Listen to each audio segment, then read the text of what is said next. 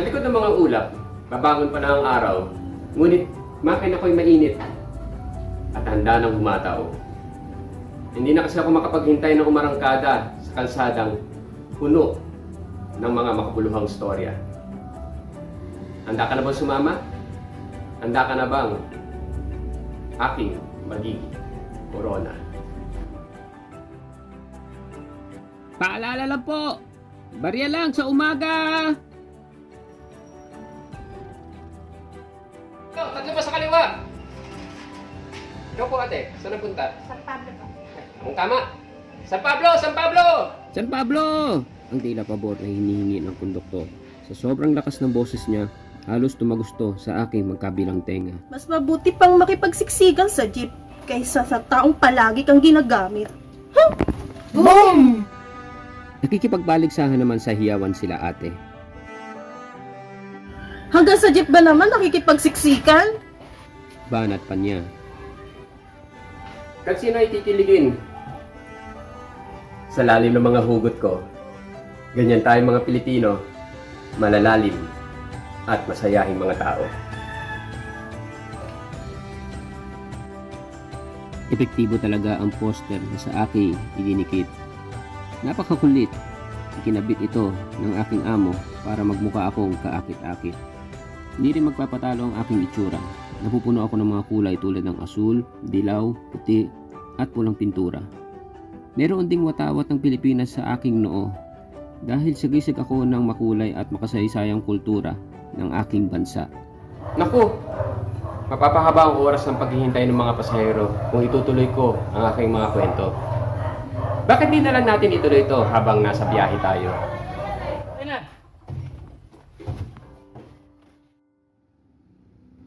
Unang destinasyon natin ang San Pablo.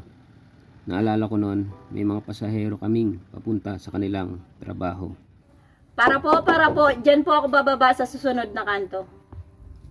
Ang paunawa ni ate.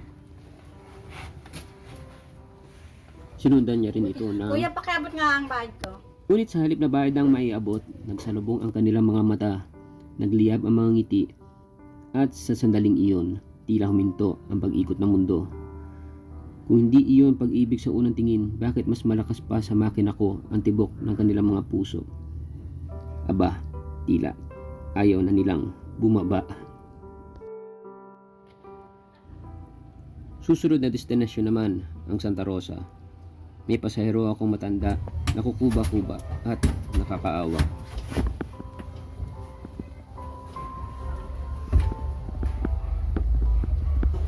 Saan po itong 20?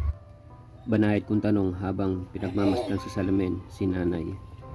Sa ospital, iho. Senyor, ha? Malambing na wika ni nanay.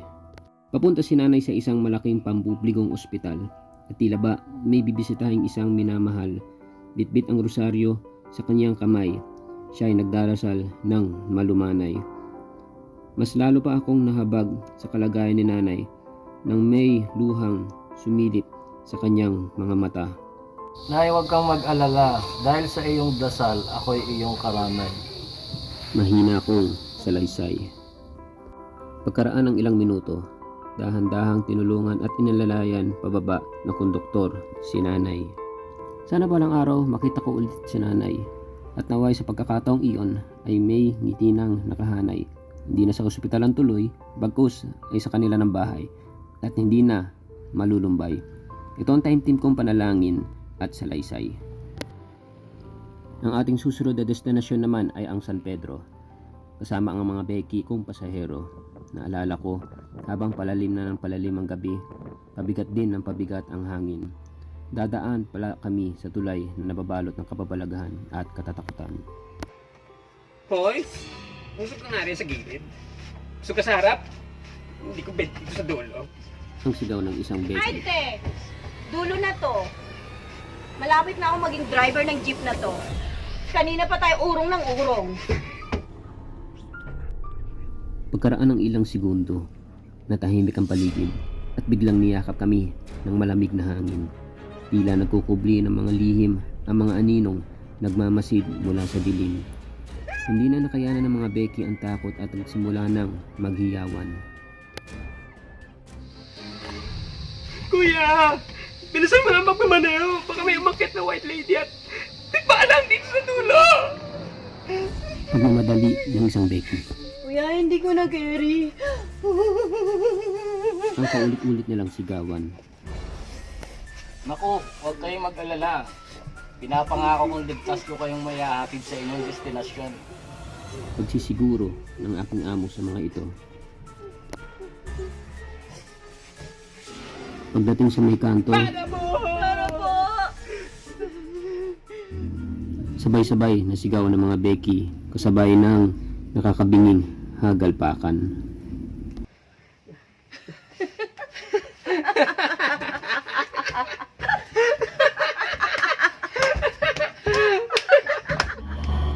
Hay, ang buhay nga naman, kailangan palaban kahit maraming katatakutan. Ang isa naman sa mga paborito kong destinasyon ay ang Santa Barbara. Marahil dito ay marami akong pasaherong mahuhusay na bata. Hindi ko talaga malilimutan ang munting palabas na kanilang minsan ay ipinamalas. Gamit ang mga lata ng kondensada at tansan ng mga soda, nagtambol sila at sinabayan ng masisiglang kanta. Kahit ang mga pasahero ay naaliw sa kanilang mga talento, hindi maitatanggi na ako ay jeep na maraming masasayang tinig at ihip. Teka, may mga pagkakataon din palang isinakay ko ang mga karton at sako sa aking noo. Pero kung ako ang tatanungin, mas gusto kong isakay ang mga bagahe ng mga Pilipino sa aking ulo, sapagkat sila ang nagsisilbing korona ko. Kapag ang araw ay humiga na sa likod ng mga bundok, nagpapahinga na rin ako mula sa may itim na usok. Umuuwi na kami ng aking amo upang makapagpahinga sa pagkarga ng maraming storya. Babatiin rin niya kasi ang kanyang pamilya habang ako ay nagpapalamig ng aking nakapapasong makina. Hating gabi pa lang, ngunit hindi na naman ako makapaghintay sa panibagong serye sa kalye. Mag-uumpisa nang tumilawak ang mga manok nung nagsimula muli kaming umarangkada papunta sa aming nakasanayang paradahan. Ngunit bago iyon, dumaan kami ng aking tsuper na amo sa tindahan upang mag-almusal ng mainit at malambot na pandesal. Hindi rin nalimot ng aking amo na bumili ng dyaryo upang mayroon siyang libangan habang umiinom ng mainit na kape.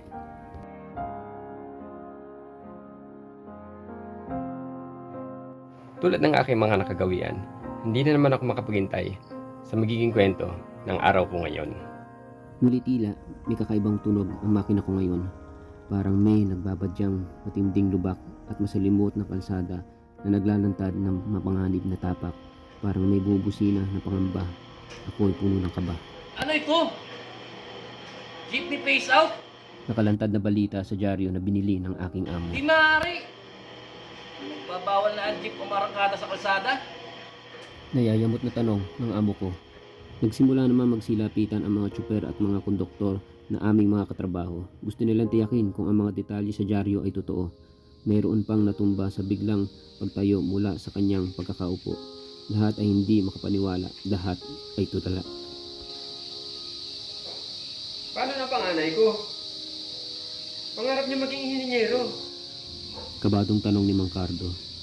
Gagamot ngayon ang anak kong napulmonya. Sana kukuha ng maraming barya. Malungkot na sambit ng kumpare ng aking amo. Nagsisimula pa lang akong pag-ipunan yung pangako kong naroon sa bunso ko. Sana ko kukuha ngayon ito. Nayayamot na saad ng isa pang tsuper. Bumungad ang katotohanan. Hindi ko na kailangang magbingi-bingihan. Halata naman sa reaksyon ng mga tsuper at konduktor na nagpupunas ng malamig nilang mga luha at pawis. Paano na kaya ang mga kwento ng mga tsuper, konduktor at pasahero ko? May maghahatid pa kaya sa kanila sa masaganang lugar o sa kalsada na lang silang maglalaho? Puno man ako ng kulay ngunit kapansin-pansin na pansamantala akong nawala ng buhay. Hindi ko namalayan na pumalya ang aking mga ilaw at makina. Ramdam ko rin ang pagyakap ng lamig sa aking manibela. Humina ang musika at parang kumakanta na lamang pagkat may dusa. Lumambot ng aking mga gulong kasabay ng hamog sa aking mga salamin. Tila ba masyadong mabigat ang aking pasanin. Sa bilis ng mga pangyayari, hindi ko na namalayan na kami ay uuwi na dahil tapos na ang biyahe. Kahit ang lamig ng lakas ng ulan ay hindi ko na rin namalayan. Bumaba na ang aking amo matapos akong sa garahe ay iparada. Kinuha niya rin ang pamunas at sinimulan akong linisan.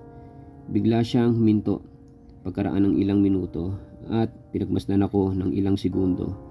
Kahit hindi ko tingnan ang kanyang itsura, alam ko ang kanyang nararamdaman. Ito na ba ang aming huling biyahe? Yumuko ang aking amo at isinandal ang kanyang ulo sa aking manibela.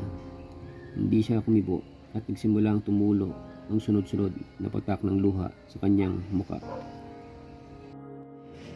Paano na ang pamilya ko? Paano na ang jeep ko? Ang kanyang mga sambit ng paulit-ulit habang humahabol-bol.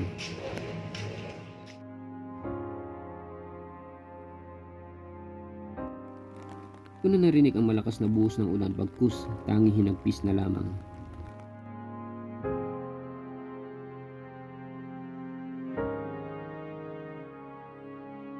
Piniga ng balita ang kanyang puso. Masakit sa bawat pamilyang Pilipino ang mawalan ng trabaho.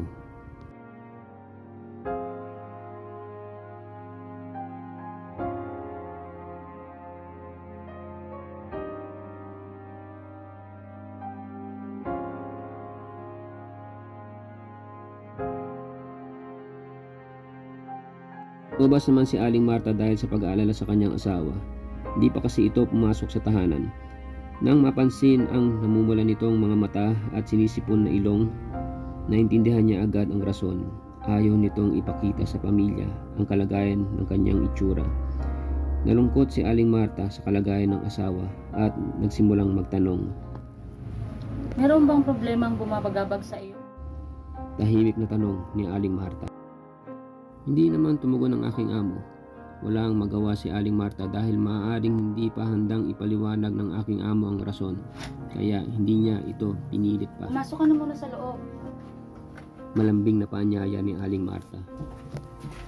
Nagluto ako ng paborito mo. Mainit at masarap na tinola. Maganda iyon upang mainitan na kayong sikmura. Sinunod niya ng may pagmamalasakit. Wow! Ang bango naman ng ulam. Masaya bulalas ni Nena. Narinig naman ito ng kapatid at nagsimulang magunahan sa pagkainan. Sama-samang nagsalo-salo ang buong pamilya. Nagtawanan, nagkantsawan at nagbiruan. Merong tinola, kalamansi juice at ang hinihintay ng lahat, ang panghimagas, maha blanca. Habang inaabot ng kanilang bunso ang kanin, itinanong naman ng panganay ng amo ko ang mga nabuong pagtataka sa isipan nito. Tay, kanina ka pa po tahimik. Kamusta po kayo sa trabaho? Seryosong tanong ni Ninoy. Napahinto naman sa paghihiwa ng maha blanca si Aling Marta.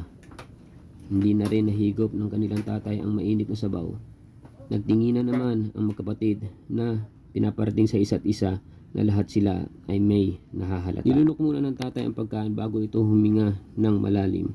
Buo na ang kanyang isipan na sabihin sa kanyang pamilya ang masakit na balita. Dyaryo ngayong araw. Mainit na ibinalita ang jeepney phase out. Ang malungkot na saad ng tatay. Nanlaki ang kanilang mga mata. Sa gulat ay nabitawan ni Aling Marta ang sandok at tinakban ang bibig dahil hindi siya makapaniwala. Si Nena na hindi pa ganong nakakaintindi ng Ingles ay muling nagtanong.